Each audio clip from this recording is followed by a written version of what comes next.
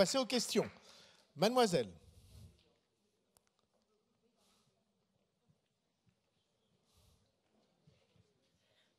Bonsoir, Valérie, on se connaît par les associations. Juste pour me présenter vite fait, moi j'ai un bac plus et je fais des ménages en fait à longueur de journée. Mais je m'intéresse aussi à ce qui se passe autour de moi. Alors, pour aborder un peu toutes les personnes, pour les isolants, il y a déjà des personnes qui ont isolé avec de la laine de mouton. Ça existe. Vous avez aussi, quand vous portez vos vêtements dans les bornes de recyclage, et le représentant vient ici à la foire chaque année. Les 3/4 partent en isolation. En isolation. Seulement, les professionnels qui vous refont les toitures, par exemple, ne connaissent pas vraiment. Donc, il y aura peut-être un travail de promotion de ces produits-là, parce qu'il y a eu quelques années de cela, il y a des scientifiques qui ont commencé à se poser la question de qu'est-ce que va donner, par exemple, la laine de verre, puisqu'on s'acheminerait peut-être, je dis bien peut-être, vers un nouveau scandale comme l'amiante. Après, pour les énergies renouvelables, avant-hier, hier le matin à BFM, RMC Business, il y avait un scientifique qui était là, qui a parlé du vanadium, qui serait, ça a été qualifié de chaînon manquant de l'écologie pour les batteries, pour stocker l'électricité produite par les éoliennes et les panneaux photovoltaïques. Parce que ce métaux, qui est en fait un sous-produit des mines de fer, si je ne m'abuse, et permettrait donc de stocker et aurait des batteries plus fiables et plus longues que les lithium-ion. Après, donc là, ça sera pour eux. Après, les conséquences aussi écologiques de l'extraction de ce vanadium, puisque en ce moment, le cours du vanadium est en train d'exploser apparemment. Je ne savais même pas que ça existait, le vanadium, donc je découvre en même temps son existence. Oui, les clés à molette, je sais que ça existe. Voilà. Un des sujets, donc, surtout qui m'intéressait, c'était effectivement l'agriculture. Il y a un très très beau reportage qu'il faut retrouver sur Internet qui s'appelle Adieu paysans. Madame le connaît peut-être. Qui explique justement l'histoire de l'agriculture française de 1945 à nos jours et comment on est arrivé aussi au problème du suicide, notamment des agriculteurs. Et cette agriculture productiviste à outrance. Moi, je fais partie d'une AMAP et où on a des agriculteurs qui sont heureux. Qui arrivent à avoir une vraie vie de famille. Et alors, je ne sais pas si tout le monde connaît les AMAP ou la ruche qui dit oui. Voilà. Et franchement, vous mangez d'excellents produits sans pour autant payer plus cher. Et là, j'engagerai les politiques justement un peu à montrer l'exemple et à adhérer à ce type d'association. Parce que le productivisme en fait est tel que moi j'ai travaillé dans un de mes nombreux emplois. J'ai travaillé à Candia, ici, à Lens, et j'ai été outrée de voir que, avec les fameux quotas laitiers, nos agriculteurs jetaient le lait, et par contre on faisait venir du lait concentré d'Allemagne, parce qu'il n'y avait pas assez pour les supermarchés. Voilà. Donc ça, c'est vrai que c'est absolument inacceptable. Alors, est-ce qu'il y a peut-être à revoir effectivement sur la production ? C'est aussi les industriels, parce que il faut savoir, justement, moi d'avoir travaillé là-bas, quand vous voulez payer votre lait moins cher, que vous prenez un lait premier prix ou un lait de hard discount qu'on appelle, eh bien, non, c'est le même lait, hein, je vous assure, c'est le même lait. Mais les industriels se battent tellement pour avoir le marché que sur un camion qui compte 27 palettes, vous en avez la moitié qui partent gratuitement. Donc, comment voulez-vous que l'on rémunère correctement l'agriculteur si vous partez avec la moitié du lait gratuit? Donc, c'est aussi là un travail à nous de faire, à pousser les industriels et à pousser aussi notre mode de consommation autrement. Et à acheter effectivement un maximum de produits locaux, revoir les chaînes commerciales. Peut-être un des points que je pensais, c'était changer les magasins pour ceux qui veulent encore acheter en magasin, et au lieu d'avoir par exemple des caissières, c'est d'avoir des vendeurs et avoir du vrac aussi, hein, des produits, peut-être réduire les gammes, etc. Et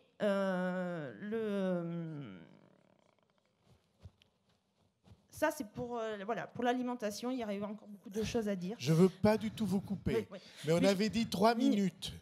Et alors, je finis. Juste la dernière chose, c'est le recyclage après qui se pose pour l'écologie, c'est les déchets.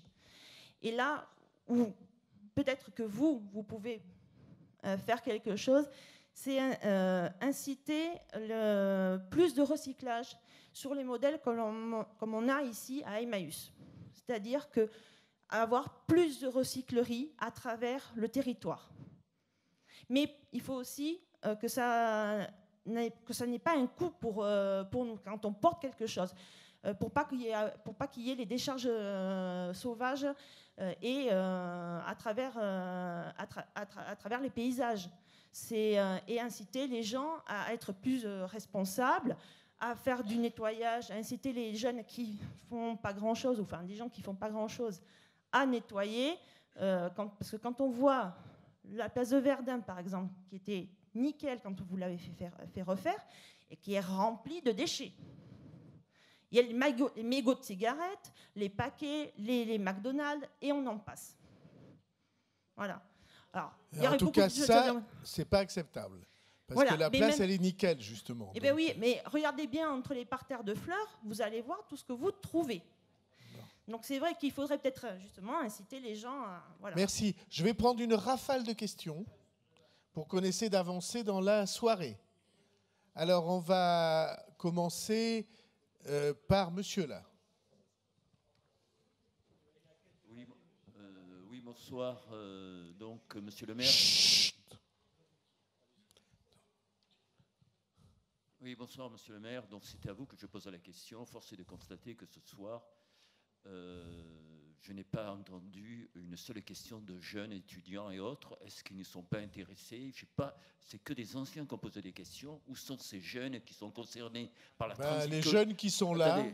Qui sont concernés par la transition écologique, sont-ils tous au stade du hameau devant la télé en train de regarder la cérémonie des Césars? Voilà, j'ai terminé. Posez des questions alors, monsieur. Il y en a là-bas.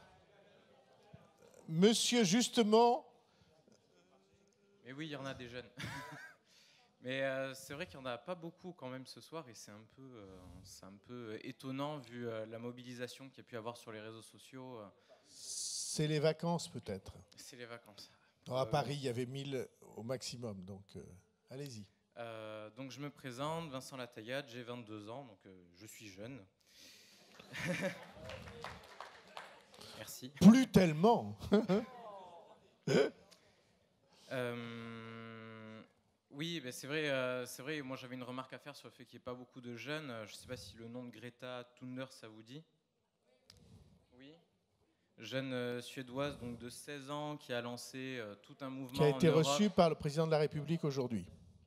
Voilà, et donc justement pour les lycéens manifestent et les jeunes ont peur, et je veux aussi un petit peu témoigner de ma peur par rapport à l'avenir. C'est-à-dire qu'il y a une notion qui n'a pas été abordée ce soir, c'est la notion d'effondrement. Et en fait, si on n'arrive pas à faire tout ce qu'il faudrait faire pour, en gros, en l'horizon 2030-2050, être neutre en carbone, en fait, on fait quoi? Et alors, Madame Mabrut, c'est ça, Mabrut, voilà, a parlé des questions d'adaptation, de résilience des territoires. Et ça, c'est hyper important. Donc, juste par rapport à l'effondrement, en gros, c'est une crise économique, mais en plus, il y a les problématiques d'accès à l'énergie. Et en plus, il y a toutes les problématiques sociales, donc les symptômes. Il y a les mouvements des Gilets jaunes, il y a la montée du populisme dans le monde, il y a les migrants, les guerres de ressources à l'étranger principalement. Et bon, voilà, j'ai juste quelques questions. En fait, on a des intervenants de très très grande qualité ce soir, et j'aimerais vraiment qu'ils parlent s'ils pouvaient développer certaines thématiques. Alors, le rapport Acclimatera, j'en ai appris l'existence il y a quelques jours, mais j'ai vu qu'il faisait quand même 450 pages. Donc, je pense que tout le monde ce soir... Il y a une version résumée. Hein. Il y a une version résumée. Il y a un petit document beaucoup plus facile à lire avec beaucoup de schémas. D'accord, merci beaucoup. Mais peut-être si quelqu'un pouvait juste avoir un mot dessus ce soir. Juste, je voulais savoir, en fait, ça c'est peut-être une question pour Madame Lagaronne. Est-ce qu'il y a une volonté sur le territoire à créer une souveraineté alimentaire? C'est-à-dire que quand on voit la situation dans certains pays, au Moyen-Orient, là on voit le Venezuela. Alors là c'est une crise économique au début, mais il y a plein de choses quand même qui viennent s'entremêler, notamment le cours du pétrole. Les problématiques de ravitaillement. Aujourd'hui, si on coupe les ravitaillements sur le territoire, donc un ravitaillement qui fonctionne aux énergies fossiles, c'est quoi l'autonomie en fait des villes en alimentation? Est-ce qu'on a ce qu'il faut autour des villes pour assurer cette souveraineté alimentaire qui peut nous permettre en cas de coup dur? Parce que beaucoup de jeunes de mon âge se disent que quand même l'avenir il va pas être hyper brillant, parce qu'on parle d'isolation, on parle de choses comme ça, mais ça c'est pour continuer à consommer l'énergie ou maintenir un truc. Mais nous on est vraiment à se demander, mais demain en fait c'est quoi, qu'est-ce qui va être assuré pour nous garantir le niveau de sécurité peut-être, de bonheur qu'on peut avoir aujourd'hui? Est-ce qu'on va pouvoir se chauffer? Est-ce qu'on va pouvoir se déplacer? Est-ce qu'on va pouvoir manger? Quel avenir pour nos propres enfants? Est-ce qu'on va en faire parce qu'on va se dire quel avenir radieux pour eux aussi? Pardon. Et donc voilà, cette souveraineté alimentaire énergétique, est-ce qu'il y a des personnes qui peuvent nous dire un mot dessus? Ah, Monsieur Chal est parti, j'ai l'impression, ou il est peut-être par là, mais j'avais une question pour lui aussi. Comment est-ce qu'on peut préparer les générations à venir justement à des périodes de changement? Alors, il a parlé d'université éco-citoyenne. Est-ce qu'il pouvait nous parler un petit peu plus de... Non, mais on ne va pas non plus allonger le temps des paroles de la tribune, hein, parce qu'ils ont... voilà, ils vous ont entendu, Monsieur Chal, il est là, donc voilà.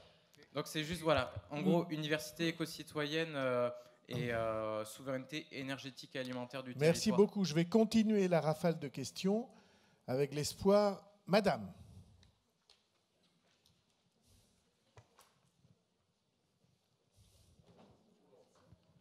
Merci.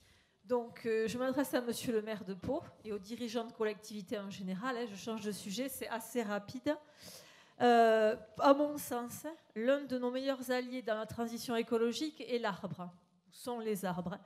Un très grand nombre d'arbres, et pas qu'à Pau, remarquables ou quasi remarquables, ont été abattus dernièrement au nom de la sécurité, comme vous me l'avez dit, mais aussi en faveur de grands projets urbains et aussi à des moments donnés pour des questions de paysage. Donc je parle sous votre contrôle. Beaucoup ont été replantés, et je salue l'initiative de la mairie, mais on sait, je parle sous le contrôle de scientifiques, parce que je ne suis pas issue d'une filière scientifique, économique plutôt.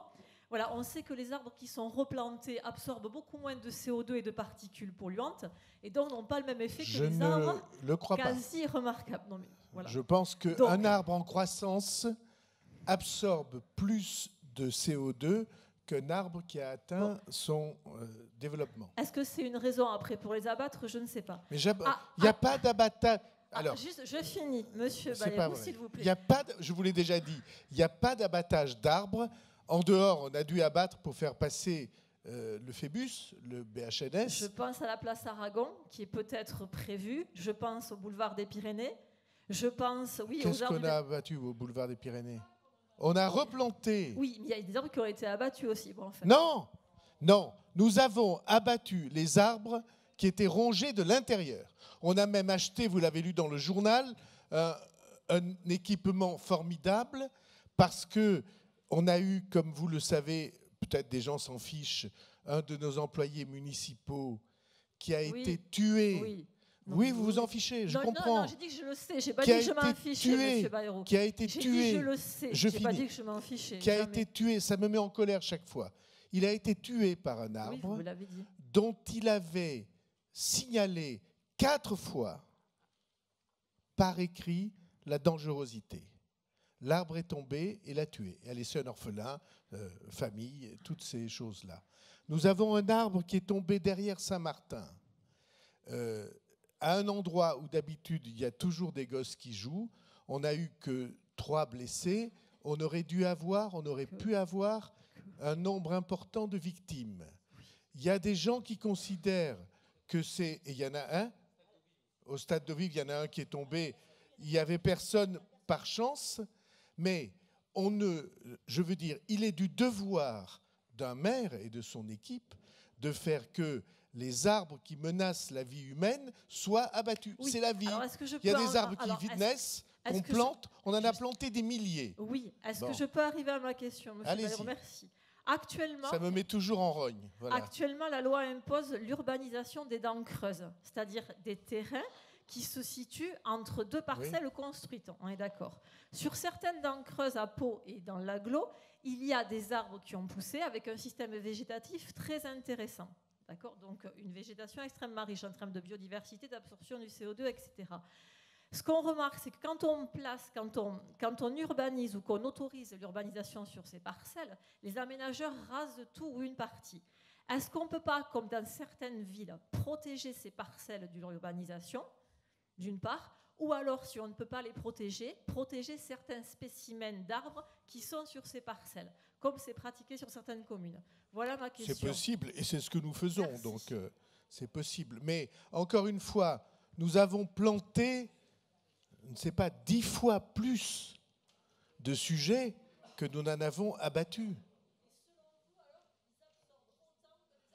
Un arbre, quand il est en phase de croissance, il absorbe énormément. Voilà. Tout le monde va avoir la parole. Allez-y. Oui, Hubert Vignot, retraité. J'avais juste une remarque pour M. Bailler et Mme Lagaronne. Donc, il y a une industrie naissante pour la transformation de la laine des Pyrénées. Donc, en termes d'isolation, l'industrie en question est à haut jeu. On va faire de plus, si ce n'est qu'elle a donc utilisé ces produits pour l'isolation, en partie au moins, de l'écoquartier La Verderie à Lens. Voilà, bon, ça c'est un point.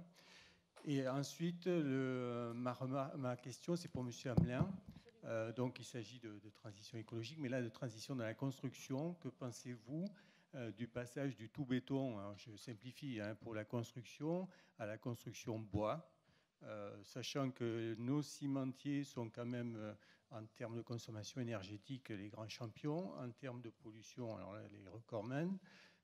Sachant que le bois, lui, peut stocker donc, dans la construction donc, une bonne partie de carbone.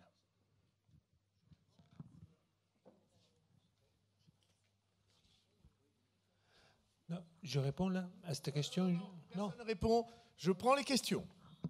Alors, par rapport aux arbres, moi je suis un grand admirateur des arbres. Je suis retraité et je partage mon temps entre ma résidence dans la communauté d'agglomération et ma maison familiale dans un petit village du Béarn des Gaves. Donc là-bas, effectivement, je suis dans la campagne avec des amis agriculteurs. On n'a pas du tout la même façon de voir les choses, mais j'ai à apprendre. Mais je peux dire que là-bas, je suis à la campagne avec des vaches, des prairies. Je me suis aperçu l'an dernier qu'il y avait beaucoup moins de maïs, qu'il y avait du colza, des tournesols qui apparaissaient. On m'a expliqué que c'était obligatoire maintenant de faire 3 cultures. Bref, après je vois mes amis qui sont très stressés, qui travaillent sur des grosses machines la nuit, qui téléphonent au portable. Et la sérénité que je connaissais dans mon village d'enfance autrefois, pour moi, je ne reconnais plus ma campagne. Et la nature, je la retrouve en ville. Effectivement, il y a des grands débats par rapport des arbres, mais effectivement, quand je me promène dans Pau, dans Lons, je vois des arbres remarquables, etc., qui ont été plantés par des Anglais ou autres. Mais pour moi, sincèrement, ce n'est pas pour vous blesser, hein, mais je trouve que la campagne, elle est belle en ville. La nature est belle en ville. Et je me demande si mes amis paysans, parce que j'adore ce mot, ils sont si respectueux que ça de la nature. Enfin, c'est un sentiment que j'ai personnel, que je respecte. Hein. Mais la nature, pour moi, la beauté des arbres, je la retrouve ici en ville. Voilà, c'est un témoignage qui n'engage que moi. Hein. Merci beaucoup, Monsieur Lamarck. Ensuite, ces deux messieurs, vous avez déjà parlé. Oui, mais on n'a pas répondu à ma question sur la géothermie. Ah, géothermie, on répondra, moi-même s'il faut. Bonjour, moi j'aimerais m'exprimer sur la biodiversité. Je suis Benoît Thomé, président d'une association de protection des animaux qui s'appelle Animal Cross, qui opère dans le Béarn, dont c'est le siège, mais aussi dans toute la France. La première chose, c'est un commentaire. Je suis assez surpris qu'on n'ait pas fait le commentaire que si on mangeait moins de viande, ça aurait un impact immédiat sur le réchauffement climatique. C'est une mesure sans être végane, je le dis, sans être végétarien. C'est une mesure immédiate qui ne coûte rien. Ensuite, j'aimerais juste dire une chose sur la faune sauvage. Je me demande dans cette transition écologique, qu'est-ce qui va devenir dans la faune sauvage ? Est-ce que c'est une faune sauvage dont on va décider à quel endroit elle vit, dans quelle quantité, dans quelle qualité, quelle espèce a le droit de vivre ? Au niveau national, je vais vous dire que par exemple, il y a 86% des Français qui s'opposent à la chasse à courre. Mais la chasse à courre est autorisée et il y a un militant de la protection animale qui a été tabassé il y a quelques jours et qui, suite à ce tabassage, est dans le coma. Il y a une véritable violence par rapport à ceux qui veulent véritablement protéger les animaux. Je me rappelle aussi que quand on a voulu introduire un ours en vallée d'Ossau, les routes ont été bloquées. Il y a eu, en vallée d'Ossau, il y a eu aussi des gens qui se sont promenés dans la nature pour faire la peau à l'ours à partir du moment où il a été lâché. Donc, quelle est cette nature sauvage qu'on veut ? Est-ce que c'est une nature sauvage qui est juste comme on veut, là où on veut, la protection de la biodiversité ? Et puis, je pense aussi aux animaux qui sont chassés. Vous pensez peut-être qu'on chasse les animaux parce qu'il y en a trop ou parce qu'ils nous gênent, mais il faut savoir que plus de la moitié des animaux qui sont chassés en France, c'est des animaux qui sont introduits. Il y a plus de 20 millions d'animaux qui sont introduits en France juste pour la chasse loisir. Et ce n'est pas quelque chose qui est juste dans l'air du temps. Je vous signale que, par exemple, sur l'ACCA de Sauvagnon, l'année dernière, en 2017, on a introduit 100 perdreaux et 100 faisans pour la chasse loisir. Donc, c'est quoi ces animaux ? C'est qu'on les introduit, ils n'ont strictement aucune habitude de la vie sauvage, ils ne savent pas se nourrir, sont des proies faciles, et après, c'est un tir de balle-trappe pour les chasseurs. Autre problème, par exemple, on parle des sangliers, parce qu'il y en aurait trop. Et là, on est d'accord. Mais il faut savoir que, par exemple, en Dordogne, qui n'est pas très loin d'ici, il y a 29 élevages de sangliers. Des sangliers qu'on élève pour relâcher. Donc, nous, ce qu'on demande en tant qu'association de protection des animaux, c'est des animaux qui existent pour eux-mêmes, pour leur intérêt. Par exemple, j'étais très intéressé de ce qu'on disait sur le saumon, mais est-ce que le saumon existe juste comme une ressource qu'on est là pour pêcher, ou c'est un être vivant qui existe pour lui-même? Nous, en tant qu'association de protection des animaux, les êtres existent chacun, pas comme espèce, chacun est pour lui-même. Et ça, c'est un point très important. Concernant la chasse, vous savez mais qu'en ils France, se bouffent entre eux, vous savez ça? Eh bien, laissons-le faire. Laissons-les faire. Ce n'est pas moralement une raison pour nous-mêmes rentrer dans ce jeu. Il ne s'agit pas d'entrer dans un jeu. Non. Je veux dire, la justification de la je chasse... dis seulement que Oui, la attendez, présentation mais attendez, mérite monsieur Leroux, d'être la équilibrée. Voilà. La justification de la chasse ne vient pas du fait que les animaux se mangent entre eux. Je vous dirais que, par exemple, dans les espèces chassables, vous savez peut-être qu'on chasse la marmotte dans ce département. La marmotte est une espèce chassable. Le grand est une espèce chassable. Oui, il est sur la liste. Il n'y a personne qui chasse la marmotte. Si, absolument. Alors, ça vous surprend, mais c'est une espèce chassable. On chasse le merle. Il y a 90 espèces chassables en France. Donc nous, en tant qu'association de protection des animaux, on pense que la première mesure à faire, c'est de limiter les espèces chassables uniquement aux espèces qui causeraient des dégâts. C'est la première des choses qu'il faudrait faire. Et ensuite, bien entendu, il faut regarder d'où viennent les dégâts et comment y remédier, la chasse pouvant exister, mais parmi d'autres solutions, et n'étant pas la première à prendre en compte. Je vous remercie. Donnez le micro au monsieur à côté de vous. Voilà. Oui, bonjour. Non, ma phrase, monsieur, était uniquement sur les animaux existent pour eux-mêmes. Ils existent pour eux-mêmes et contre leurs voisins. C'est comme ça que ça marche. Ah si. Eh bien, nous, on mange... Oui. C'est pareil. Ils existent pour eux-mêmes et nous aussi. Donc, voilà. Oui, bonjour, monsieur Bayrou. Je l'ai bien prononcé. Et oui, par rapport à la régénération des sols tout à l'heure, je pense que plutôt que de confier aux organismes, aux multinationales, Bayer, Monsanto, etc., le souci de régénérer les sols, je pense qu'on ferait bien de revenir à ce que nos paysans, dans leur bon sens, faisaient il y a une 50aine d'années, c'est-à-dire la culture des légumineuses pour fixer l'azote dans le sol. C'est une des particularités qui régénère les sols. Bon, alors ça c'était l'aparté. Mais maintenant, je voulais venir sur ce que vous avez fait, monsieur le maire, ici dans votre ville. Vous avez mis en place le BHNS.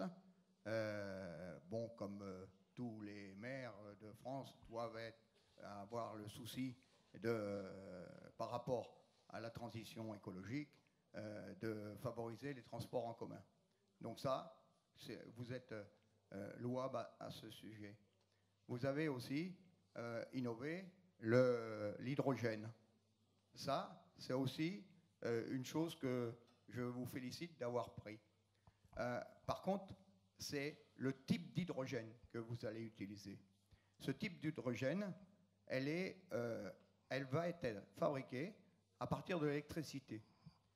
Sachant que tout ce qui est la production électrique, mis à part la production hydroélectrique, tout le reste de la production électrique se fait à partir de l'énergie des minerais fossiles, y compris le nucléaire, parce qu'il faut bien de l'uranium à la base.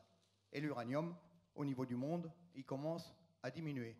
Les réserves de pétrole, elles sont devant nous 50 ans, hein, à part, soi-disant, les recherches. Mais ça, on verra plus tard. C'est pas sûr, c'est pas certain. Par contre, l'hydrogène, c'est, à mon avis, l'avenir, parce qu'il faudra bien se déplacer et il faudra bien une énergie.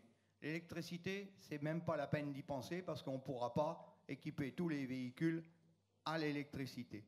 C'est pas possible.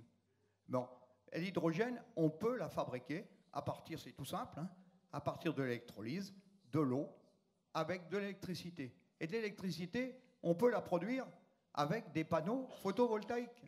Parce qu'on peut fabriquer quand il y a du soleil, quand il y a une production électrique avec ce soleil.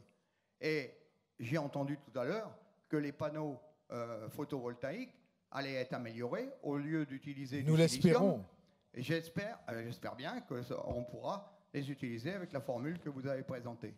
Et à ce sujet, les expériences existent puisque vous avez des chercheurs qui ont mis au point la production d'hydrogène et en même temps d'électricité avec des panneaux, l'utilisation de panneaux photovoltaïques. Et c'est en ce sens-là que je pense que vous avez pris la solution qui permet de maîtriser la diffusion de l'énergie électrique produite par le photovoltaïque confiée aux grands groupes, alors que la solution qui est préconisée avec la production d'hydrogène permet à une commune de s'auto-suffire, l'autosuffisance à un département aussi, et non pas à la maîtrise des grands groupes, parce que Total, aujourd'hui, se précipite pour maîtriser la diffusion de l'énergie. Je vais vous rassurer à l'extrême. Nous fabriquerons nous-mêmes notre hydrogène sur place à partir d'électricité verte. Ok.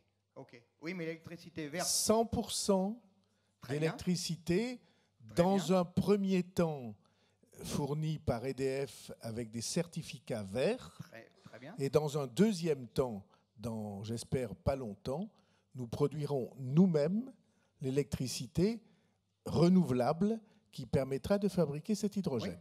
Oui. Mais pour produire la biomasse ou autre, il faudra dépenser un paquet de carburant, donc d'énergie. Pas du tout.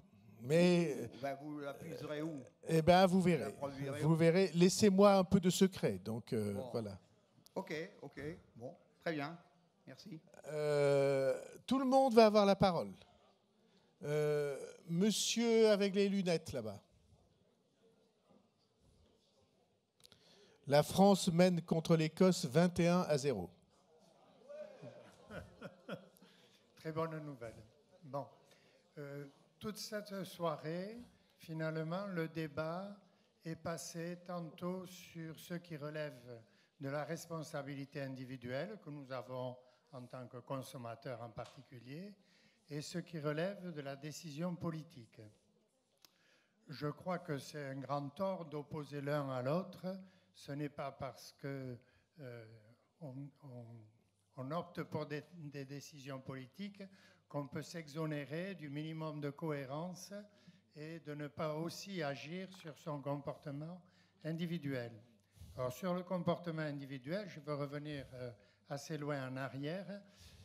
Je fais partie des Gilets jaunes et tout à l'heure, la cohérence des Gilets jaunes a été contestée et puisqu'on a dit que c'est eux qui ont démarré à cause de la taxe carbone sur les carburants. Alors, c'est bien, ça a été bien le point de départ du mouvement des Gilets jaunes, mais maintenant, il est loin derrière. Si vous regardez les revendications des Gilets jaunes maintenant, la taxe sur les carburants ne fait pas partie des principales revendications. Maintenant, sur le point de ce qui relève des décisions politiques. Alors, je fais aussi partie de l'association ATTAC.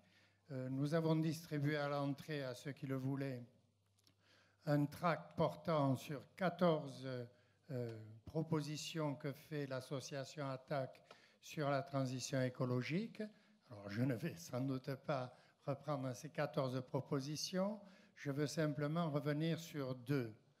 D'abord, la demande que l'argent public ou l'argent collecté à partir des livrets de développement durable et qui passent donc par la Caisse des dépôts et consignations, que cet argent ne serve plus jamais à financer des entreprises qui sont climaticides, on peut dire la chose de cette façon-là, c'est-à-dire tout ce qui relève de l'extractivisme ou de l'utilisation d'énergie fossile. Deuxième point sur lequel je veux aussi insister, c'est sur le CETA, c'est-à-dire l'accord de libre-échange avec le Canada, qui a été voté au Parlement européen et qui attend d'être ratifié au niveau de chaque État de l'Union européenne. Alors, cet accord de CETA va absolument à l'encontre de l'accord de Paris sur le climat, à beaucoup de points de vue. Il offre des possibilités faramineuses à toutes les transnationales. Alors, je veux dire en passant quand même, tout à l'heure, Monsanto a été qualifié d'agent économique, oui, si l'on veut. C'est quand même, maintenant qu'il est racheté par Bayer, il faut quand même savoir que le chiffre d'affaires de cette entreprise est plus important que le PIB de certains pays comme la Bulgarie. Alors, je ne crois pas qu'on puisse parler de complot quand on parle de la puissance de ces transnationales et de l'influence qu'elles peuvent avoir sur les décisions, en particulier les décisions de la Commission européenne. Nous avons eu l'exemple de M. Barroso, qui a été président de la Commission européenne et qui finit maintenant avec une retraite dorée dans une grande banque. Alors, ce CETA leur offre donc un tapis semé de pétales de rose, mais en plus, sur la question du climat, c'est absolument le contraire de ce qu'on voudrait. On voudrait revenir à des circuits courts, c'est le contraire qu'on fait. On sait que le transport, le commerce par porte-conteneurs est un commerce extrêmement polluant, que les porte-conteneurs produisent plutôt une pollution qui est l'équivalent de plusieurs millions de véhicules. Et donc, ce que l'on est en train de faire avec le CETA, c'est donc le contraire. On continue d'armer d'autres porte-conteneurs qui vont pouvoir traverser les océans pour trimballer des marchandises dont on n'a rien à faire dans un sens et dans l'autre aussi. Parce qu'elles sont produites au Canada, par exemple, ou qu'elles sont produites en Europe. Et ces accords de libre-échange, ce n'est pas fini, puisqu'on a appris hier que les ministres du commerce de l'Union européenne se retrouvaient pour essayer de ressusciter le TAFTA, que l'on croyait mort, mais qui peut-être va connaître une seconde vie. Après ça, il y a aussi le JEFTA avec le Japon, l'accord de libre-échange avec le Mercosur, l'accord de libre-échange qui vient d'être signé aussi avec Singapour, charmant paradis fiscal. Donc tous ces accords de libre-échange sont tous détestables.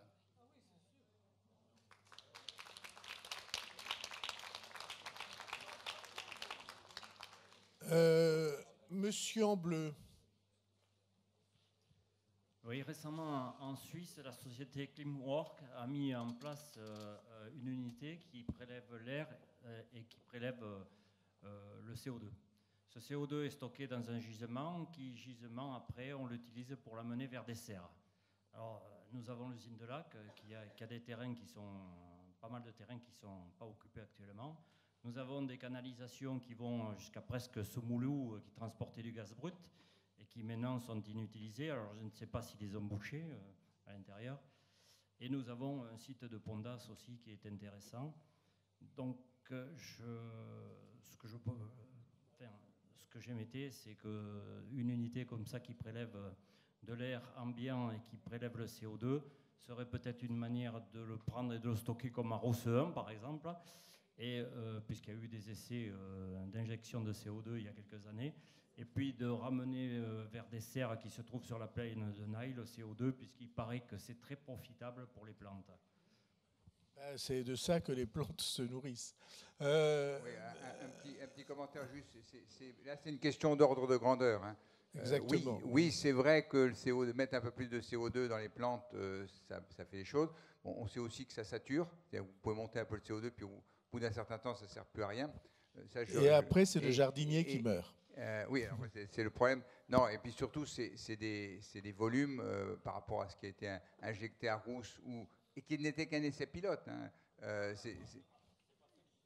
C'était un essai pilote, c'était une expérimentation. Si on voulait vraiment capter le CO2, c'est des ordres de grandeur 1000 ou 1 million de fois supérieurs qu'il faudrait capter pour arriver à faire quelque chose de significatif pour le climat. Merci. On continue les questions. Monsieur en violet. J'ai dit déjà que je ne savais pas si c'était violet ou mauve.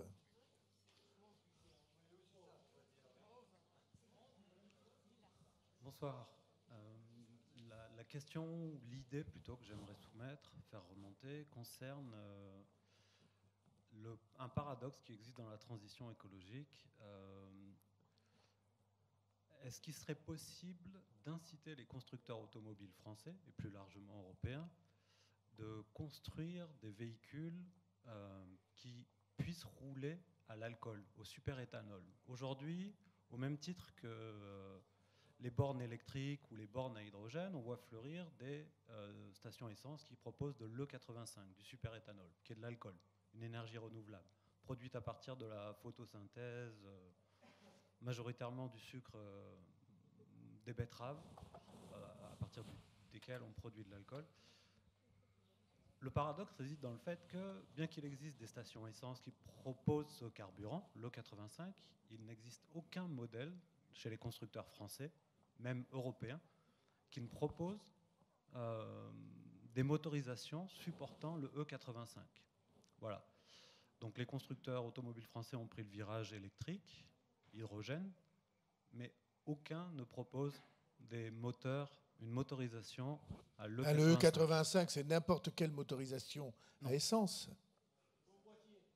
Il faut faire adapter le moteur. Hein? Soit on fait adapter le moteur, soit la voiture de base. Il faut un boîtier? Il faut une petite adaptation, mais je connais des gens qui ont essayé dans une voiture normale. C'est pas idéal, mais ça marche. Et c'est vrai que les Brésiliens, par contre, ont des voitures. Exactement. Les Brésiliens ont des voitures toute essence, toute alcool, parce qu'ils ont beaucoup d'alcool. En Suède ou au Brésil, oui, il existe des constructeurs automobiles qui proposent ce type de motorisation. Donc le point que j'aimerais faire remonter, c'est... ça va remonter. Est-ce qu'il est possible d'inciter les constructeurs automobiles français à ne pas se focaliser que sur l'électrique ou l'hydrogène, mais aussi à construire des motorisations ça va remonter. Le 85. Merci. Qui veut parler? Et des motorisations à gaz. Monsieur qui a déjà parlé. Oui, mais je n'ai pas fait de proposition, mais je vais en faire. Allez-y. Il aurait été intéressant, si ça avait pu être branché sur Internet, de présenter une carte interactive de Electricity Map qui présente les consommations de CO2 par kilowattheure par pays sur toute l'Europe. Si vous allez sur ce site, Electricity Map, vous avez tout le détail. C'est ce que vous avez évoqué dans vos deux précédentes interventions. Exactement. C'est super intéressant. C'est deux jeunes ingénieurs qui reprennent les données de RDF. Et vous avez tout, la carte du monde. Vous allez aux États-Unis, vous allez en Europe, vous cliquez sur la France et vous avez sur l'Allemagne, vous pouvez comparer. Et vous avez sur le tableau de gauche le gaz, l'électricité, le pourcentage de. Bien, on a fait la publicité pour Electricity Map. Merci. Voilà, merci. Alors, lors du 2e anniversaire de la COP21, j'ai écrit au président de la République pour lui demander si c'était possible, au niveau des appels d'offres publics, de ne plus retenir le moins-disant financier, mais le moins-disant carbone. Il ne m'a jamais répondu. C'est comme mon maire de ma commune qui ne me répond jamais et narque lui-même. J'ai envoyé aussi la lettre à Bruno Le Maire qui m'a répondu. Il a envoyé ça à M. Nicolas Hulot qui ne m'a jamais répondu aussi. Je vous ai envoyé la lettre, vous m'avez répondu. Ouf. Bon, non, vous m'avez répondu de suite.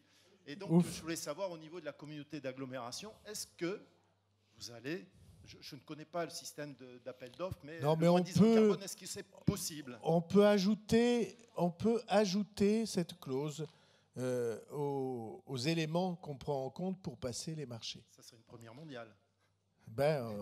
Ça permettrait, nous sommes accoutumés aux premières mondiales. Ça permettrait d'honorer la signature de la France pour la COP21. Merci beaucoup. Troisième chose, il y a 20... Non, mais c'est des propositions que je fais. C'est pas oui, des discussions, c'est du réel. Il y a 20 à 25% de produits qui viennent notamment de Chine, qui rentrent en France, et qui n'ont pas la norme CE. Donc, qu'est-ce qu'on en fait de ces produits? Est-ce qu'ils sont incinérés? Ça coûte à la communauté? Est-ce qu'ils sont renvoyés? Et je pense qu'il faudrait mettre des amendes dissuasives, parce que peut-être que les importateurs ont des droits, mais ils ont aussi des devoirs à nous respecter au niveau de ces normes. Merci beaucoup. Voilà. Alors, les autres choses, c'est que moi, dans les années 70, j'étais étudiant, et puis j'avais été impressionné, formidablement impressionné par les fours solaires de Montlouis, d'Odeillo, la centrale Thémis. Ça m'avait fait rêver, puis ça a été abandonné, puis ça a été repris. Puis maintenant, les centrales Thémis, ils en ont une au Maroc, ils en ont une aux États-Unis. On arrive quand même à monter des températures de plus de 3500 degrés. À l'époque, il y avait l'armée qui faisait des essais de tôle de char. On arrive à faire fondre des minerais pour avoir de nouveaux matériaux à Odeillo. Et je trouve que ça serait intéressant, au niveau de la communauté d'agglomération, d'inviter des jeunes dans les lycées techniques, dans les lycées, d'aller faire une visite dans ces fours solaires. Merci beaucoup. L'autre chose... on va peut-être s'arrêter, disons non? que c'est des propositions quand même, c'est sérieux. Oui, mais oui. Le réseau de chaleur, il y a de plus en plus de grandes communes qui commencent à faire des réseaux de chaleur, comme à Toulouse, en utilisant l'incinération. Comme à Pau. Eh bien, c'est très bien. Continuez. Parce que demandez à Madame Sémavoine qui est là-bas. Infrarouge, est-ce qu'on pourrait faire en hiver une vue aérienne par infrarouge pour se connaître? C'est décidé. Ah ben voilà, vous voyez. Ensuite, Grand Prix de Pau. On va faire ça par drone. Grand Prix de Pau.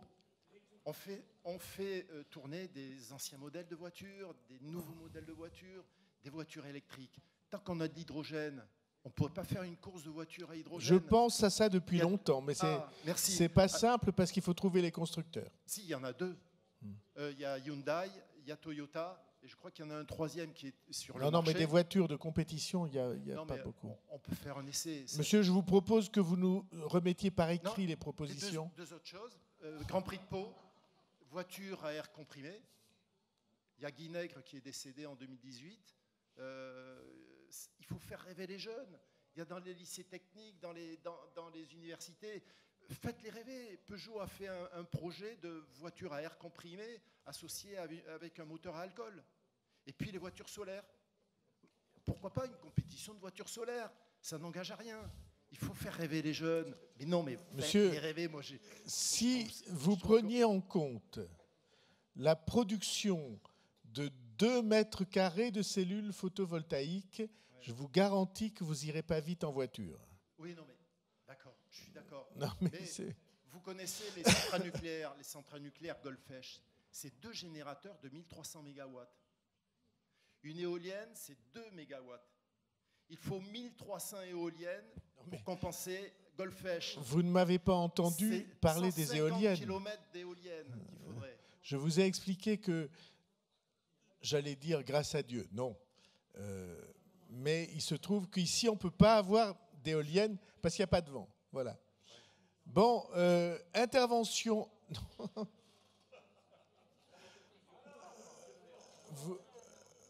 Monsieur au premier rang avec la chemise blanche.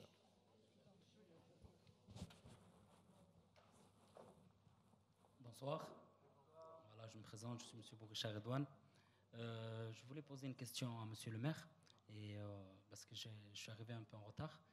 La vallée d'Ossau, ça appartient à Pau ou pas du tout? Parce que je sais que c'est dans les Pyrénées-Atlantiques. Parce qu'en fait, j'ai vu sur Internet que dans les sources d'eau chaude, il y a des minéraux on peut, en fait, avec des scientifiques, on peut carrément créer de l'uranium. C'est-à-dire, l'eau, c'est aussi un trésor.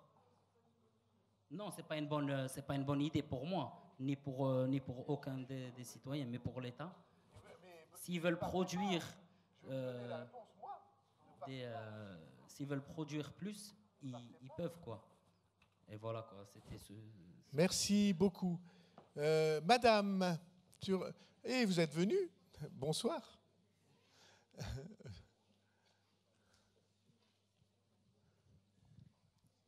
Juste une intervention pour dire qu'il me paraît ce soir qu'il est extrêmement compliqué de trouver des solutions pour la transition énergétique, parce qu'on oublie, il y a une chose qui est oubliée, c'est que c'est la planète entière qui doit avoir œuvré dans la même direction pour pouvoir obtenir un résultat.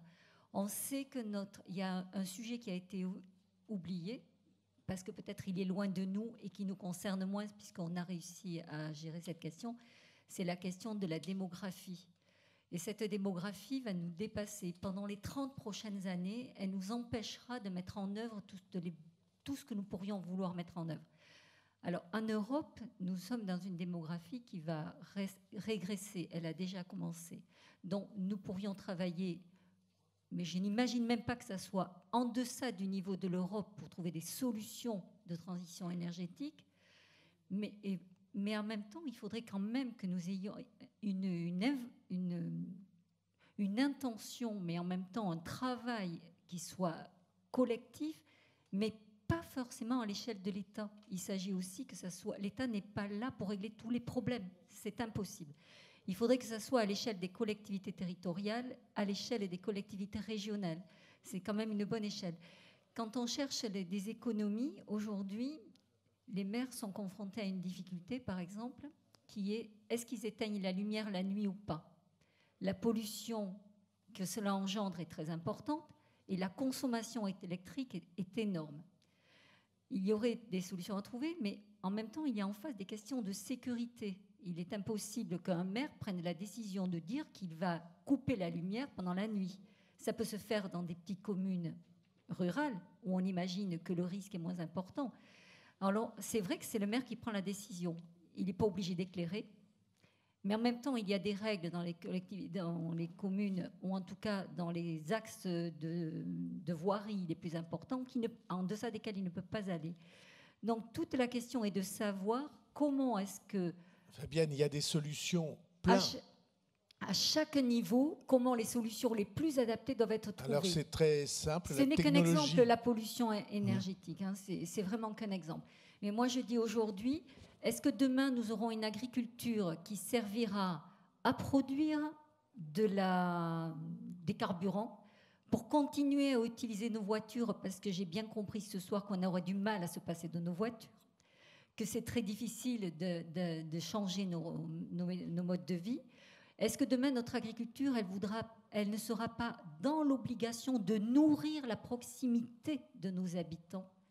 Est-ce que demain... nous nourrirons les animaux ou est-ce que nous ne devrons pas nous consacrer exclusivement à nourrir l'être vivant qui est à côté, c'est-à-dire l'être vivant homme? Voilà, je ne veux pas en dire plus, mais ça me semble important qu'on se pose les questions et que l'on regarde ça à l'aune du fait que nous sommes dans l'incapacité quand même de changer les choses dans les 30 années qui viennent et l'urgence, elle est là. Et s'il y a une urgence aujourd'hui, c'est aussi l'urgence de l'eau. L'urgence de l'eau et l'urgence de la nourriture qui va se présenter là à nos portes. Merci beaucoup. Question? Vous voulez poser une question? Oui. Ce garçon. Bon, merci et bonjour. Moi, je suis aussi jeune, mais aussi de l'Argentine, un pays dont on a parlé ce soir. Je voulais dire juste, moi, je suis... Argentin, jeune Argentin. Oui, un jeune Argentin. J'ai entendu tout le monde qui s'exprimait, surtout sur la question des...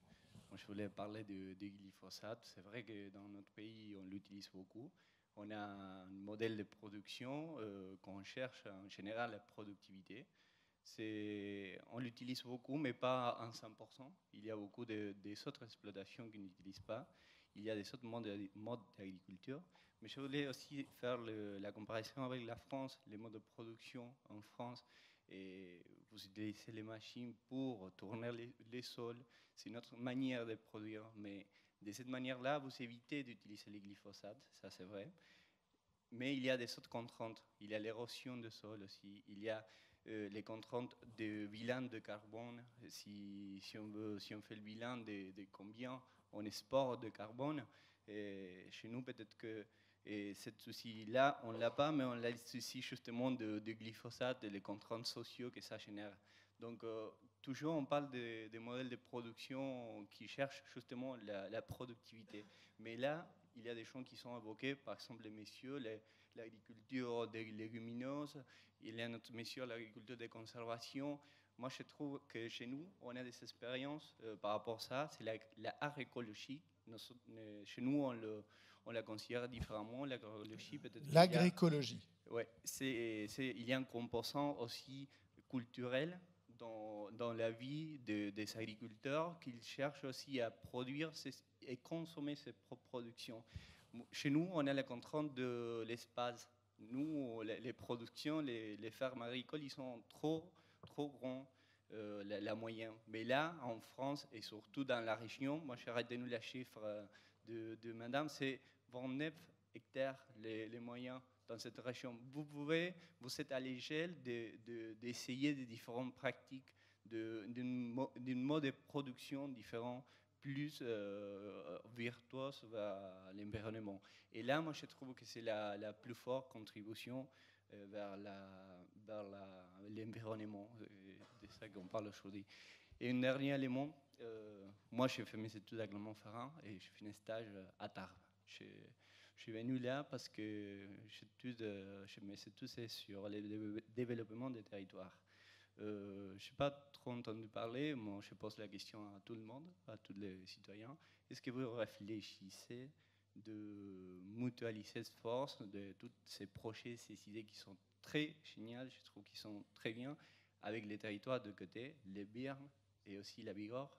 Parce que moi je trouve que, en exemple simple, en exemple très, très basique, si on dit la mobilité, on parle de réduire la consommation, par exemple, pour la mobilité, pour les voitures, les connexions. Pour venir là, moi, je dois prendre la voiture. Je dois me déplacer, moi, tout seul, en voiture. Mais il n'y a pas de moyen de transport commun qui m'amène à Pau, des Tarbes, par exemple. Ah si, il y a un train. Les trams, mais il fait un tour important. Non, il y a un train entre Pau et Tarbes, ça c'est sûr. Ok. Je ne pourrais pas rentrer. Bon, du coup, la question c'est ça. Est-ce que vous avez posé la question de mutualiser des autres exemples dans l'agriculture? Il y a sur les projets énergétiques, il y a des points pour travailler ensemble avec les agriculteurs du département de côté. Je pense que là, il y a un potentiel énorme au niveau territoire. Et là, on dépasse le territoire administratif. On parle d'un territoire partagé avec notre voisin. Je ne sais pas si vous avez posé ces questions ou s'il n'est pas nous. Nous les posons tous les jours. Et on fait beaucoup de choses dans ce sens.